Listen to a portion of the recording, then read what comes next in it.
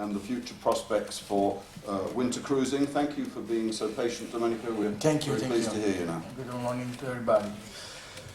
Mediterranean MC means Mediterranean shipping cruises. So I'm a true believer in this market, huge potential.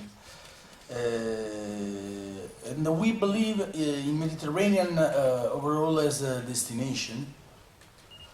Everybody knows the figures of this wonderful area, but I think repetita juvent, because this region is considered one of the world's 25 biodiversity hotspots.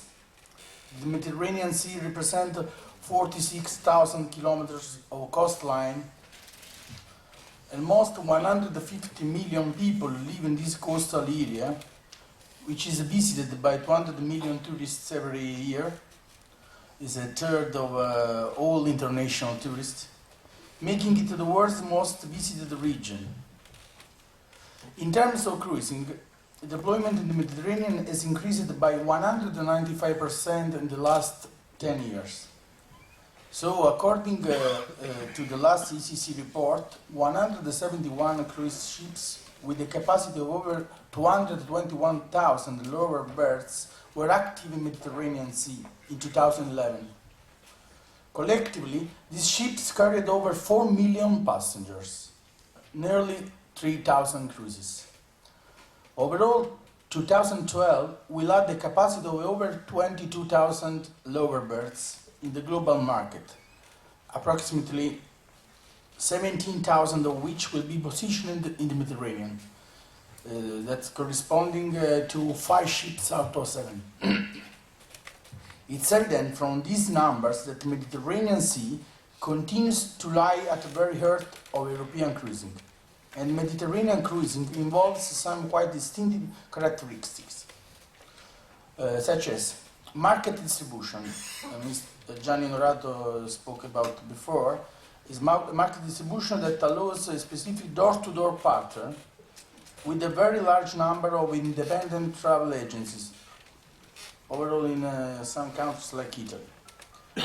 A multinational and multilingual audience, and then finally the interporting, we mentioned before. Interporting means embarkation from multiple ports during the same master cruise.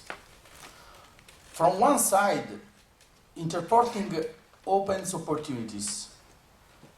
The logic behind it is to offer holidaymakers a port that is close to their home, allowing a new destination to turn into local or regional source markets, of course depending on the transport connection available in the area. That means also a relevant cutting cost of transportation for cruise company. But on the other side, interporting requires very particular skills in inventory, revenue management, and distribution, of course. At MSC Cruises, we strongly commit to this practice. We developed this know-how and we extend it to the winter season too. We transformed the winter cruising into a viable business.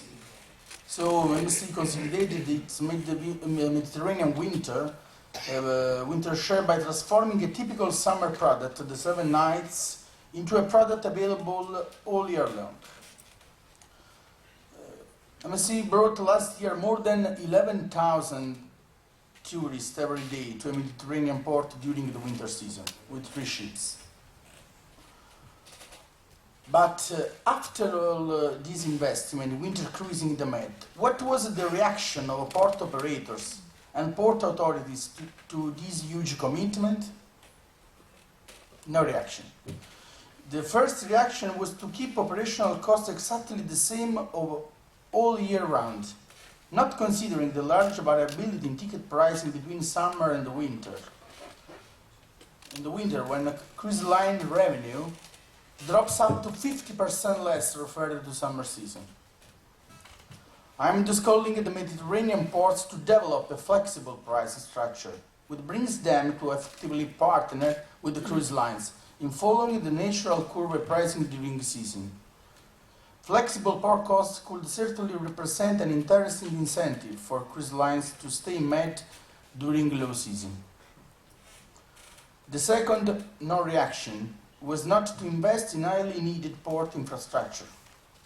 Consider that the weather conditions during the winter period represent generally more challenges to ship operation than the summer season. As a cruise line, we are stupefied that port managing winter cruising are not supporting these complicated months through needed infrastructure. If you would like to have a good example, we could mention the beautiful port which is hosting us today in Marseille. There has been discussion since many years about potential investments to modify the entrance, for instance. We finally heard some progress on the front in the last days and hope that they will be implemented soon, as too many times we are now forced to leave our ships at anchor or move them to no passengers pier, where the facilities and services are rarely dedicated or adapted to disembarkation of passengers. We worry about that because a number of projects to modify the entrance of the port of Marseille have been under discussion for many years, but never come to fruition. So I could say that it was a classic example, European example of immobility.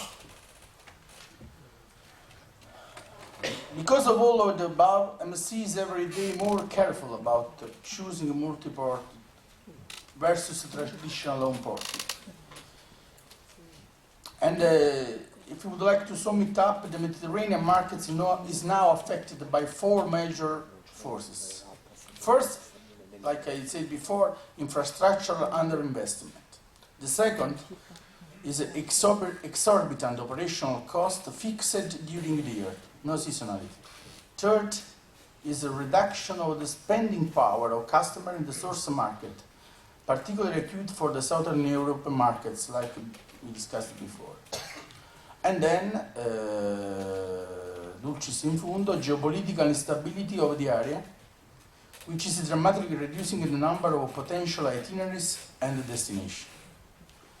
It's remarkable to notice that in 2012 we registered a reduction of the number of ports of call coupled with an increase in total ships capacity in the region. This can only mean that the cruise line operating in the region opted to keep the ships at the sea, instead of calling more Mediterranean ports.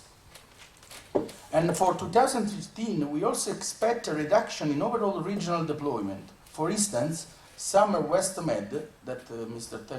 Tersek spoke before, deployment will be reduced by 30% for the summertime.